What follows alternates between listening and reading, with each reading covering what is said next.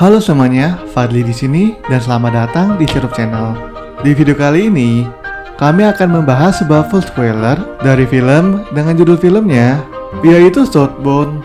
Southbound merupakan sebuah film antologi horor yang rilis di tahun 2015. Film ini memiliki 4 kisah yang saling berkaitan satu sama lain. Sebelum video ini dilanjutkan, jangan lupa untuk subscribe dan tekan tombol bel untuk mendapatkan notifikasi dari channel kami. Video diawali dengan sebuah tangan berdarah yang memegang foto anak perempuan. Ada kedua pria yang berdarah yang berada di dalam mobil, seperti sedang dikejar sesuatu. Seorang pria yang sedang mengendarai mobil itu bernama Jack dan temannya yang bernama Mitch. Lalu mereka berdua memutuskan untuk mampir ke pom bensin dan memasuki sebuah toko. Di toko itu, Jack dan Mitch membersihkan diri mereka dari noda-noda darah yang berada di tubuhnya. Ketika Jack berada di kamar mandi, Jack pun ditarik oleh sesuatu yang kemudian terjadilah sebuah gempa. Sebuah gempa yang hanya mereka berdua yang merasakannya. Setelah itu, mereka berdua bergegas untuk pergi dari toko itu. Ternyata selama perjalanan, mereka dikejar oleh makhluk tinggi yang diselimuti oleh rambut hitam. Mengetahui itu, mereka pun bergegas pergi. Di sepanjang perjalanan, mereka berdebat tentang suatu hal. Tidak lama dari itu, entah kenapa, mereka kembali ke pom bensin yang sebelumnya mereka hampiri. Tatapan wanita itu seperti tatapan yang sedang kebingungan. Mereka berdua pun bergegas pergi. Kemudian, kedua pria itu kembali lagi ke pom bensin tersebut. Kejadian itu terus berulang kepada mereka berdua. Setiap mereka berdua pergi, mereka selalu sampai di tempat pom bensin yang sama. Mereka selalu tiba di tempat pom bensin yang sama dan melihat penampakan makhluk tinggi hitam tersebut. Karena Mitch tidak tahan dengan perputaran yang terus terulang, dia pun memutuskan untuk turun dari mobil. Jack pun dengan amarahnya memaksa Mitch untuk naik kembali ke dalam mobil. Jack mengatakan bahwa mereka berdua ini terancam oleh sesuatu yang akan membunuh mereka berdua. Dikarenakan kesal, Jack memutuskan untuk melanjutkan perjalanan sendiri. Ketika Jack berada di dalam mobil, Jack ditarik keluar oleh suatu makhluk berpenampilan hanya tengkoraknya saja. Dihadapkannya makhluk tersebut di depan Jack yang kemudian makhluk tersebut menusuk Jack dari luar mulutnya yang membuat Jack terbunuh seketika. Bukannya dibunuh, Mitch dituntun ke suatu tempat oleh makhluk tersebut. Mitch memasuki sebuah ruangan yang berada di tempat tersebut. Dia pun memutuskan untuk memasuki sebuah ruangan. Di ruangan itu, gedoran ataupun ketukan sangat terdengar jelas oleh Mitch. Ketika Mitch menelusuri salah satu ruangan di tempat itu, dia bertemu dengan seorang anak kecil yang bernama Catherine. Ternyata, Mitch adalah ayah dari Catherine, yang mana Catherine sudah tiada dikarenakan oleh Mitch yang tidak menolongnya. Film ini tidak menjelaskan kenapa Catherine mati dan apa hubungannya dengan Mitch. Akan tetapi, dari percakapan mereka berdua terdengar jelas bahwa arwah Catherine ini menyalahkan Mitch atas apa yang terjadi kepada mereka. Teriakan Catherine ini membuat Mitch menjadi gila. Kisah selanjutnya berfokus kepada 3 gadis yang sedang di dalam perjalanan. Ketiga gadis itu bernama Sadie, Kim, dan Ava. Di tengah perjalanan yang panjang, ban mobil mereka bocor yang memaksa mereka untuk menepi sebentar untuk mencari bantuan. Ketika Kim melambaikan tangan untuk meminta bantuan, datanglah sebuah mobil yang di dalamnya ada sepasang suami istri. Dengan baik hatinya, pasangan suami istri itu mengajak mereka bertiga untuk pergi bersama dan menginap di rumahnya. Pada awalnya, hanya Kim yang memutuskan untuk pergi bersama suami istri tersebut. Mau tidak mau, Sadie dan Ava mengikuti Kim untuk pergi bersama suami istri tersebut. Tibalah mereka bertiga di rumah suami istri tersebut. Perilaku yang sangat amat baik bagi pasangan suami istri ini yang menyambut orang asing di rumahnya. Seperti ada maksud tertentu di balik semua itu. Bahkan, suami istri ini menyiapkan ruangan untuk mereka bertiga tempati. Tidak hanya itu, pada malam hari, mereka diundang untuk makan malam bersama keluarga suami istri tersebut. Mereka disediakan gumpalan hitam yang aneh, seperti daging yang tidak karuan bentuknya. Kecurigaan mereka bertiga pun bertambah ketika keluarga ini berdoa dengan kalimat doa yang agak mencekam. Di antara mereka bertiga, hanya Kim yang tidak makan daging tersebut dikarenakan dia mengakui bahwa dirinya adalah seorang vegan.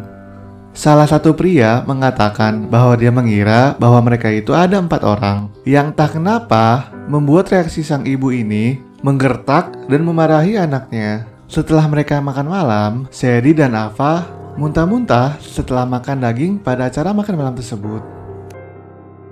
Ketika Kim melaporkan kejadian itu kepada keluarga si suami istri ini, reaksi mereka tidak terkejut sama sekali. Bahkan mereka beranggapan bahwa hal ini merupakan suatu kejadian yang normal dan tidak usah dikhawatirkan sama sekali.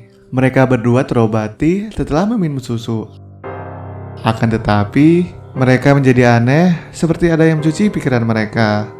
Di tengah malam, ketika Kim coba melarikan diri dari rumah itu, Kim melihat bahwa keluarga itu sedang menggelar ritual penyembahan, dengan Ava dan Sadie menjadi tumbal dalam ritual tersebut. Kemanapun Kim lari, Sadie dan Ava dapat menemuinya. Di tengah jalan raya, ketika Kim meminta bantuan, Kim tertabrak oleh satu mobil yang kemudian membuat dirinya sekarat. Awalnya, pria yang menabrak Kim ini ingin melarikan diri karena dia berpikir bahwa Kim sudah tidak bernyawa sama sekali. Akan tetapi, pria ini kembali lagi kepada Kim dengan maksud ingin menyelamatkan nyawa Kim. Dengan paniknya, pria yang bernama Lukas itu menelpon polisi untuk meminta bantuan. Lukas membawa Kim ke rumah sakit setempat, yang mana kondisi rumah sakit itu seperti ditinggalkan dan ditelantarkan begitu saja. Ketika digendong, kaki Kim tiba-tiba patah ke bagian atas. Hal itu membuat Lukas panik dan secara tergesa-gesa membawa Kim masuk ke ruang operasi. Dengan dituntun via telepon, Lukas mencari suatu alat yang dapat menolong nyawa Kim.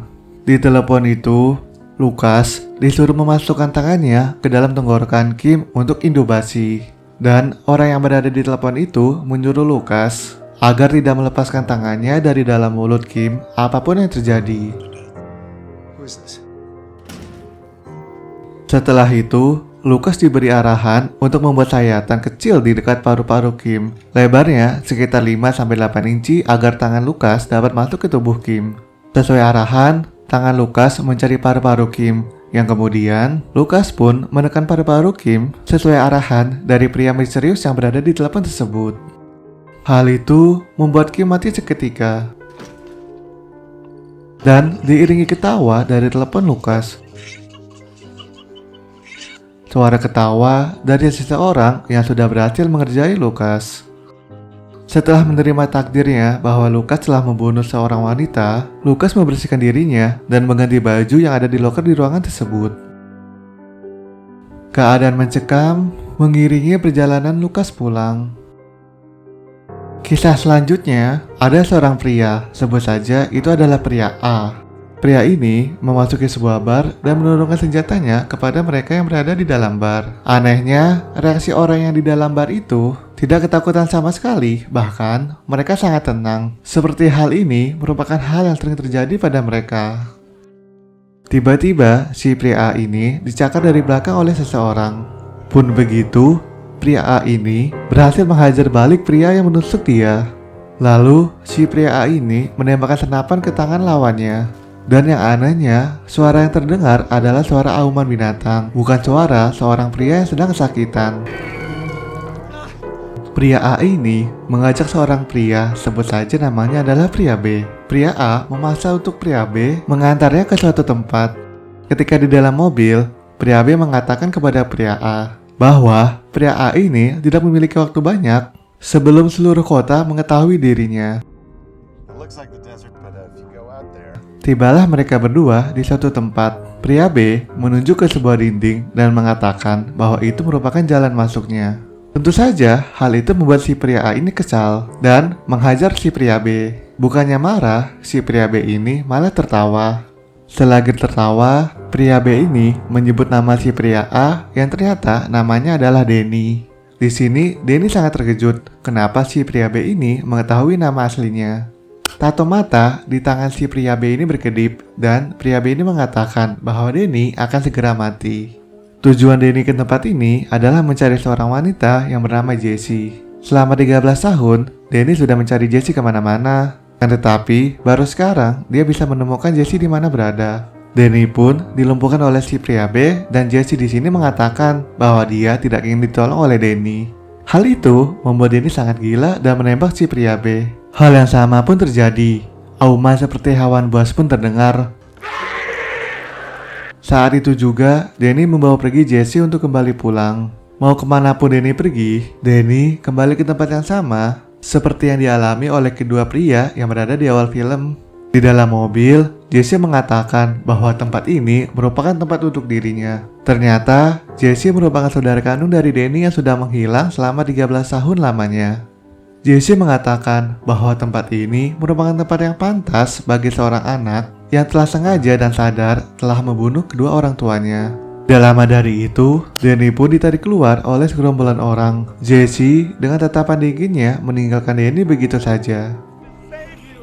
Di lain sisi, ada sebuah keluarga yang sedang menginap di dekat motel tempat Jesse tinggal.